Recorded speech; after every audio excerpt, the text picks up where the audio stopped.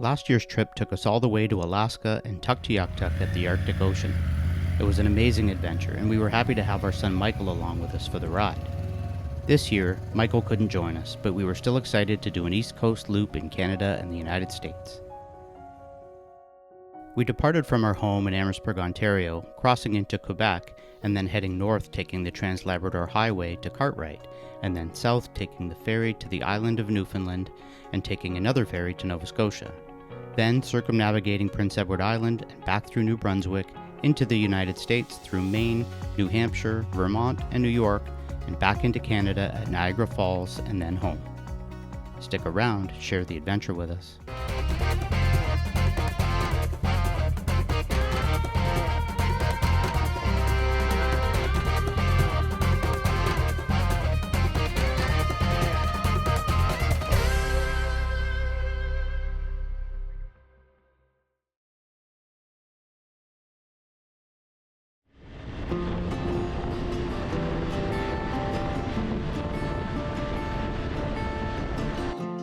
Our first day would take us from our home in Amherstburg to the nursing home in Wardsville so we could visit my dad, and then after having lunch with my mom in Alvinston, we took the back roads to Mono, Ontario for the night.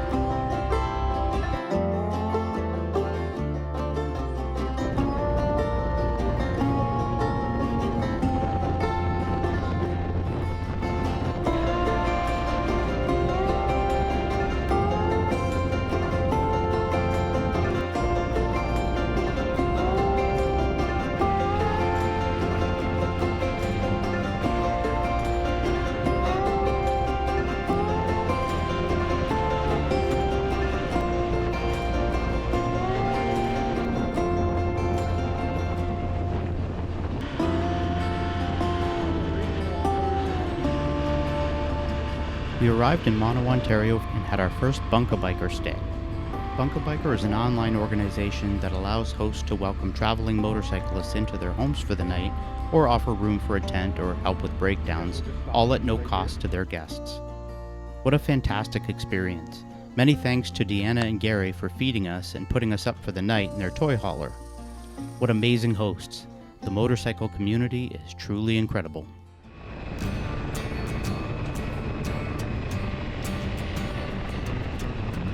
Today our ride would take us through the Kawartha Lakes region to Charlotte Lake Provincial Park.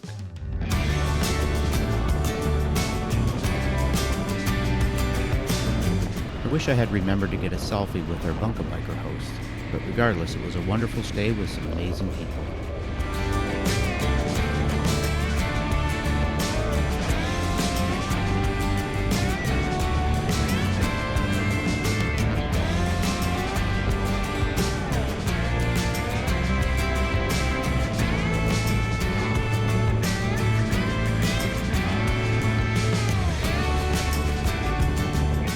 We enjoyed riding back roads to Highway 7 and stopped at a waterfront park in Amimi for a nice picnic lunch.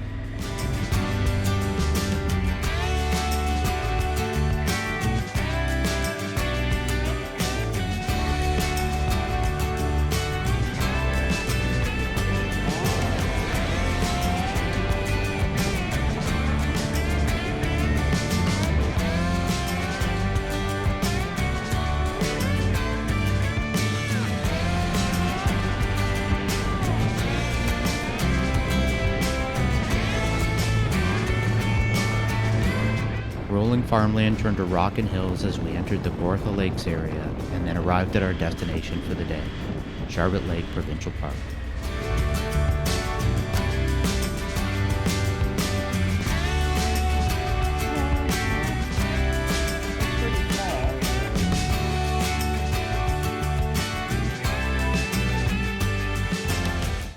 set up camp on a beautiful waterfront spot, had dinner, and got a nice fire going.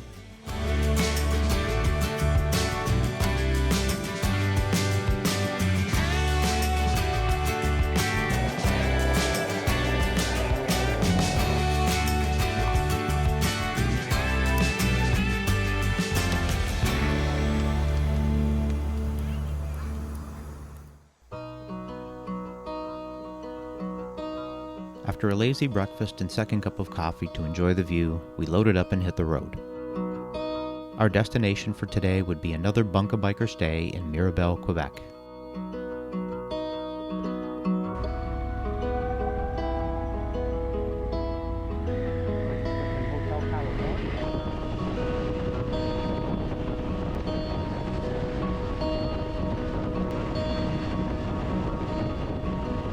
We stopped off at Timmy's in Perth so that Leslie could make some work calls, and I made some new friends.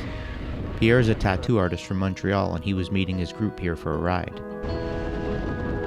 The rocky scenery changed back to rolling farmland as we rode the back roads to Manic, where we stopped in at a community park for lunch. Here we met Nigel, who lived across the street.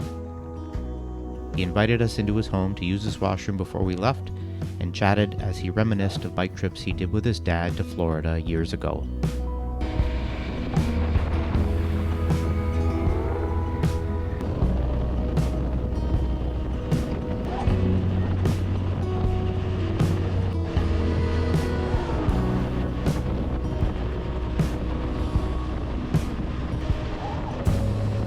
For some reason, I always end up with a ton of church shots in my footage. So I thought it would be fun to see just how many I end up using on this trip.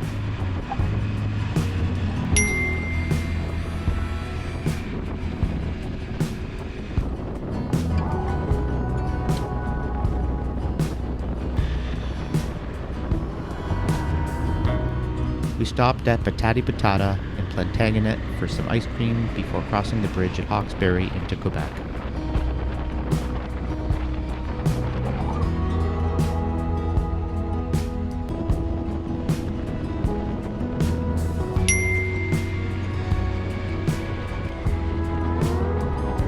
We made our way to Mirabel and our second Bunka biker stay for the night.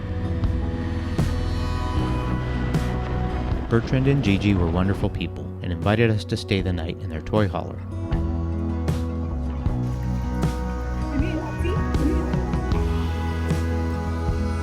After a dip in their heated pool, dinner, and excellent conversation, we enjoyed a comfortable night's sleep.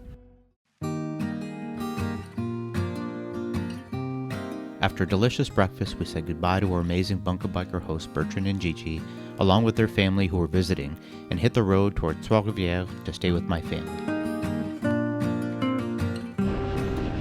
We rode some scenic back roads, giving the city of Montreal a wide berth.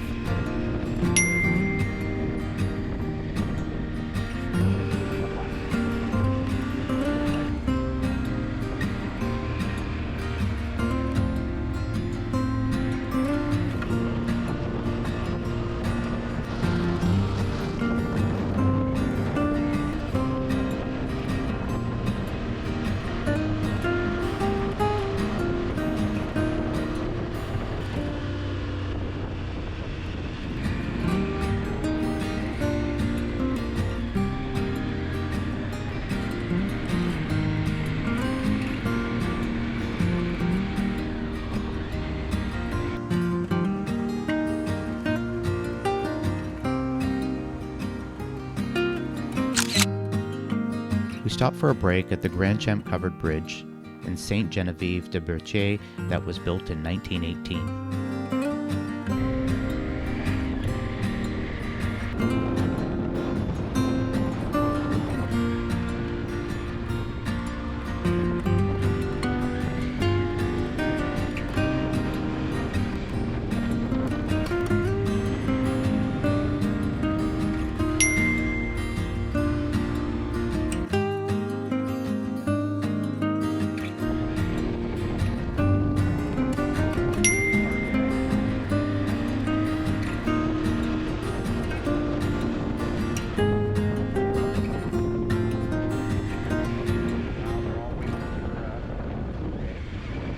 We enjoyed passing through small towns along the St. Lawrence shoreline and arrived at Trois-Rivières early in the afternoon. We stopped in at the local Canadian Tire to buy a new food cooler bag since the zipper has failed in our bag from last year. It was wonderful to see our family again. We enjoyed relaxing outside in their backyard with some great mixed French-English conversation.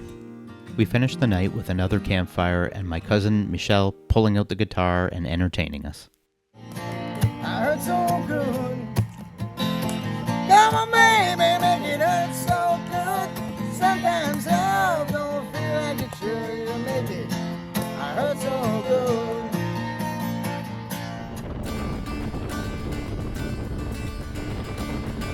It was so nice to see everyone, and many thanks again to my cousin France for hosting us in their home. After a stop at my cousin Michelle's place, we would camp in Mont Saint Anne.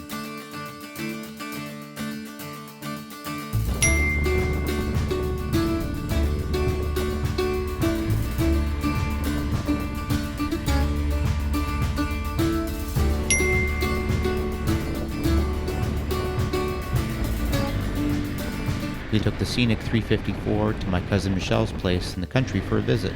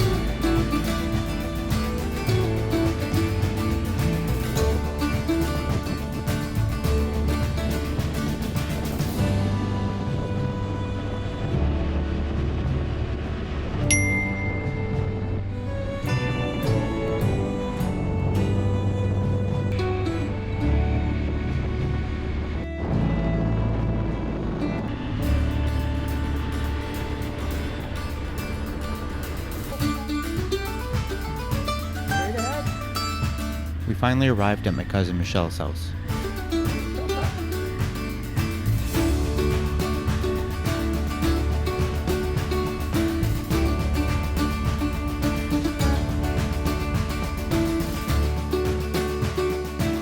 What a beautiful spot he has here. He actually has bumper boats for his private pond. Sweet. We did a quick detour into St. Raymond and stopped in at Restaurant Le Croquet for a poutine Italienne. Delicious. We followed winding rivers to Quebec City, where traffic and stoplights slowed our progress.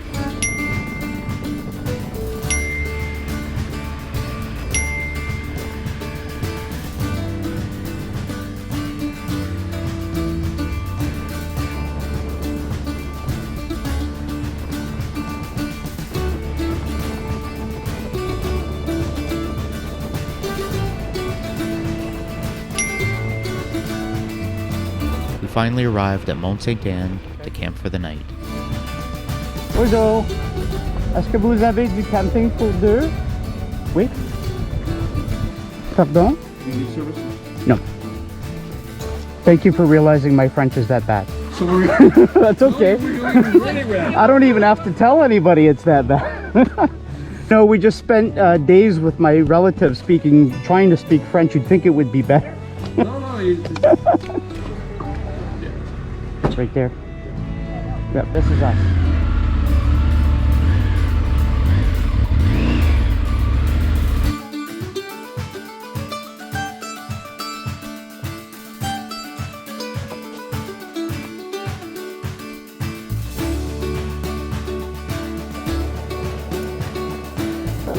I know you're recording this. No, I'm not. After relaxing with some whiskey, wine, and then a great dinner, we enjoyed a nice campfire and super quiet campground. It was a chilly start to the day, but a couple of coffees warmed us up nicely. Today we follow the St. Lawrence, crossing the Saguenay River by ferry to Baie-Comeau for the night. We were a bit slow to pack up, but finally hit the road under beautiful blue skies.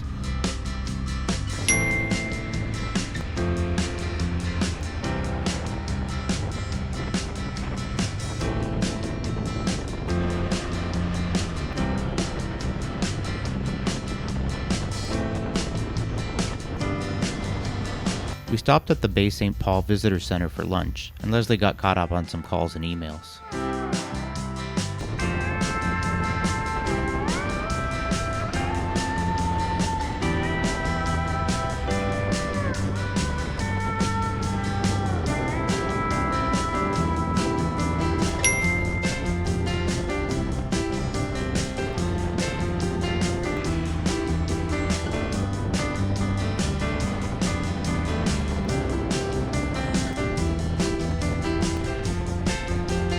We arrived at the ferry crossing over the Saguenay River to Tadoussac and found some room at the back of the ferry.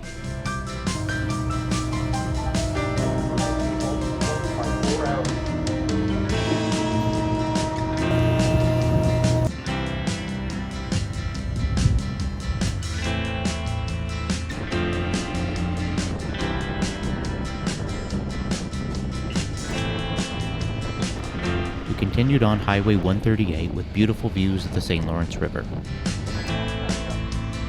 We enjoyed a late afternoon break at Les Escumins at a nice local coffee shop called Quebecois.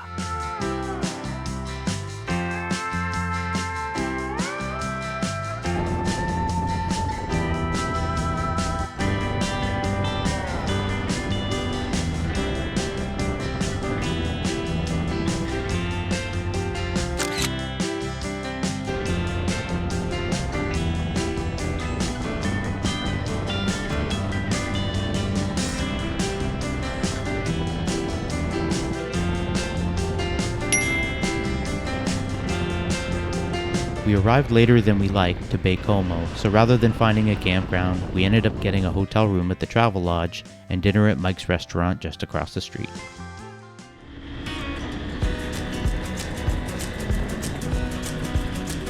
Today was an exciting day. We headed north, stopping to visit the massive Manic 5 Dam, and then planned to camp in the Relais Gabriel area. We were happy to hit the 389 under blue skies, warm temperatures, and no wind.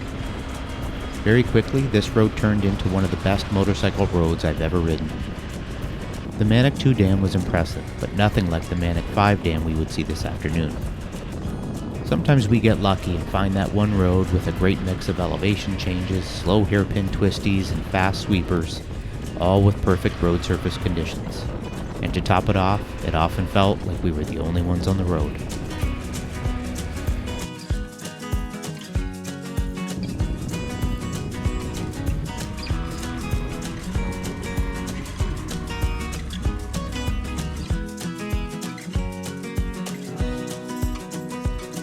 The Manic 5 Dam was incredible. We stopped and toured the interpretive area and found out that we made it just in time for an English-speaking tour of the dam. Our lucky day. We toured the generating station, went inside the dam, and even drove across the top in the tour bus. It's a shame we couldn't take photos inside, but they confiscated everyone's cell phones and cameras to make sure that you didn't. Security reasons, I guess.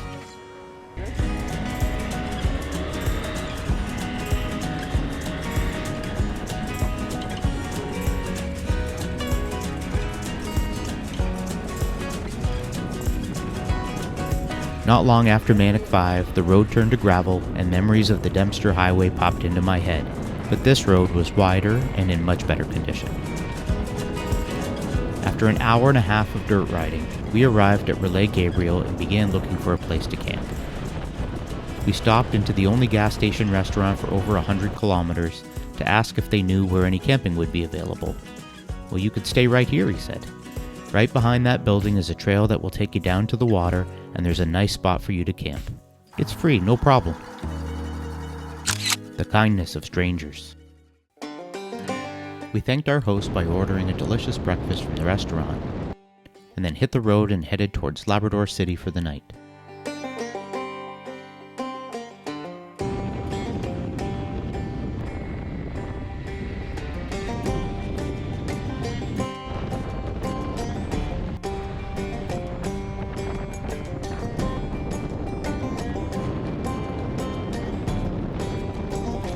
After filling up our tanks with gas at $2.45 a liter, we got back on the highway, which eventually turned to gravel again for about an hour and a half, winding its way back and forth over train tracks as we sat and waited many times for the long train carrying iron ore to pass.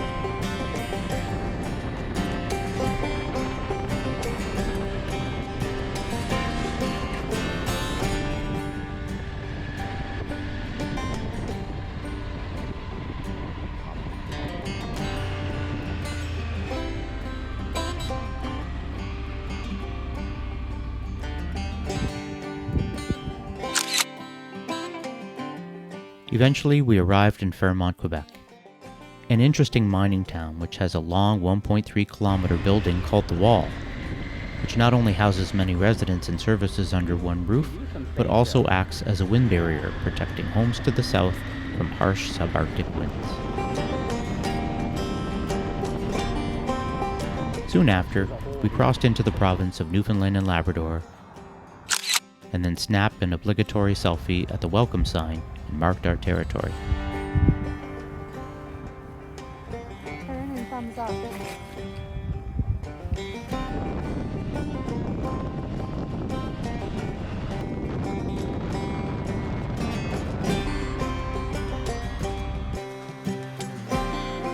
We stopped into Labrador City to check out the visitor center, get some groceries and gas.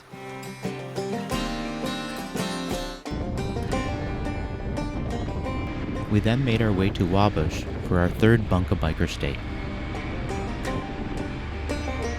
We had a great time visiting with our new friend Tanner and his cats, Schnitzel and Willie Nelson.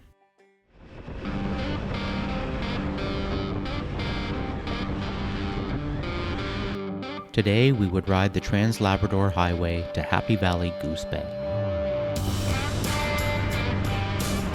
We stayed up late chatting with Tanner, who rides a Yamaha T7. We're again humbled by the generosity of these folks who open up their homes to us.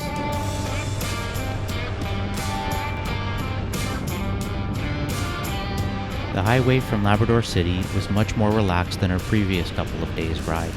Relatively straight with some rolling hills and still very few people on the road. There aren't many places you can pull over along the way. We found ourselves stopping right on the highway with no one else around.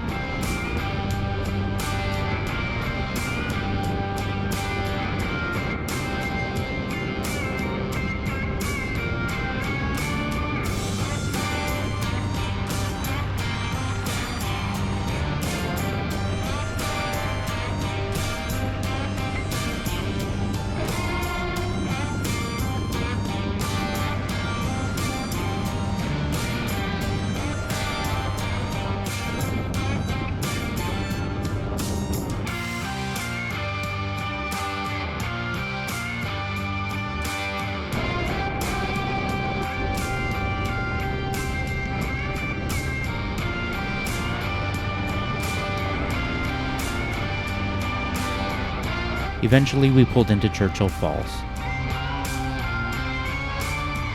We filled up the tanks with gas and got some cold drinks. We found a nice beach spot to have a picnic lunch.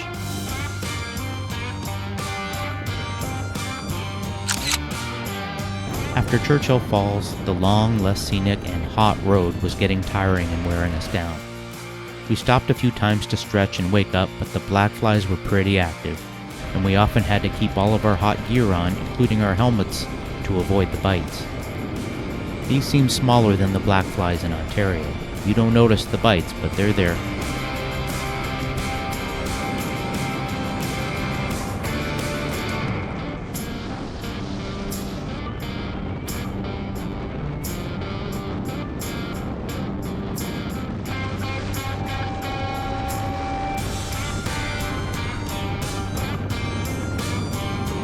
We eventually made it to Happy Valley, where we were quick to hit the Dairy Queen for a banana split blizzard to cool down.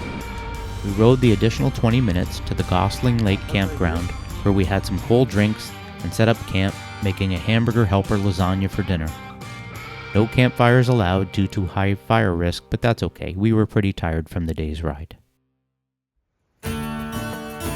We woke to a beautiful day, packed up the bikes and got back on the highway until we turned north for about 100 kilometers on a gravel road to Cartwright for a couple of days.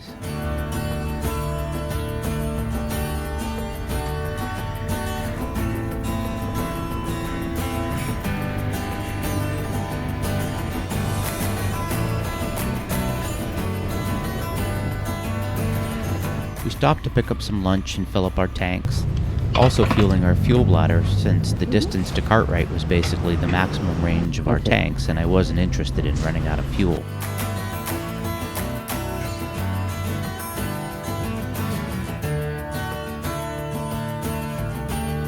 Back on Highway 500, it was slightly cooler than the previous day so far, and a bit windier, which in some spots we stopped at really helped with the bugs.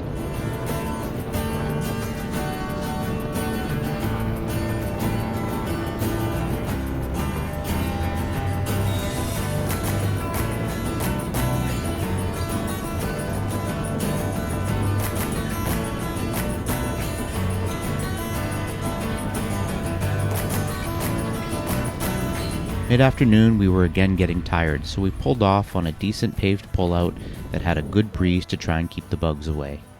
We had a nap in the shade of our bikes on the side of the road. We also had become accustomed to the "you pee in the bushes while I keep watch for cars on the road" game. There were rarely any cars.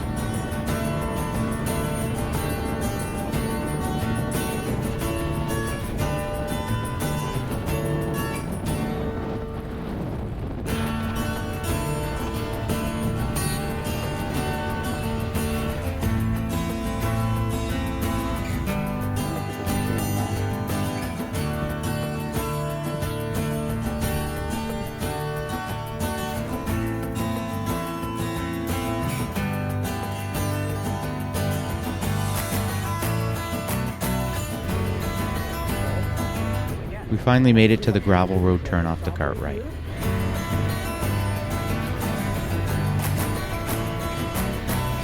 The road was in good shape overall, but the gravel was a bit loose and the afternoon sun was getting hotter. The gravel road wasn't as difficult as the road from Inuvik to Tuktoyaktuk in the Northwest Territories, but the loose gravel still made your front wheel dance a bit, which took some getting used to again. We finally made it to the end of the road, the furthest north we could ride on our East Coast trip. Cartwright is a small town of 439 people. We were happy they had a small 6-room motel with a shower, and just as important, they had a pub downstairs with dinner and cold beer.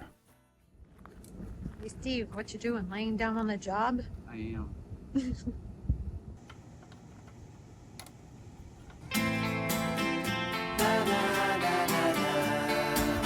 After some desperately needed bike maintenance, we cooked some breakfast in their kitchen and set out to explore the town.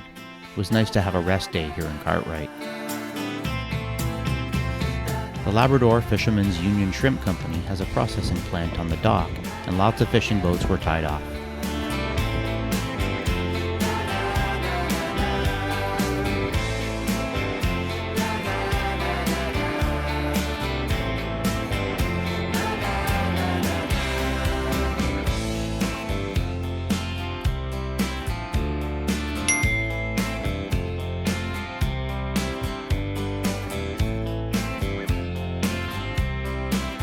We stopped in at the northern grocery store for a few groceries and were amazed at the high prices. We haven't seen these prices since the Arctic Circle last year.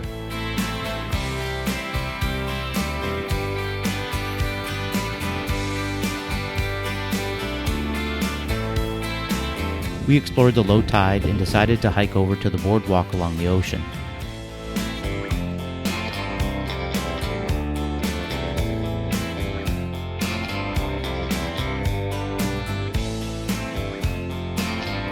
Then up the many steps to the top of Flagstaff Hill and a beautiful view of the ocean, mountains, and town.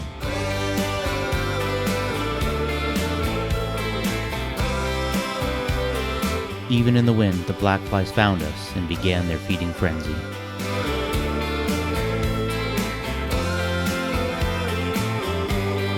After our hike, we headed down to the pub for supper, and Mel, the motel manager, had put on a traditional Newfoundland turkey dinner jig spread. I couldn't believe all of the homemade food she put out for us. We met Francesca and Michael, who were visiting from Germany. An amazing dinner and great conversation.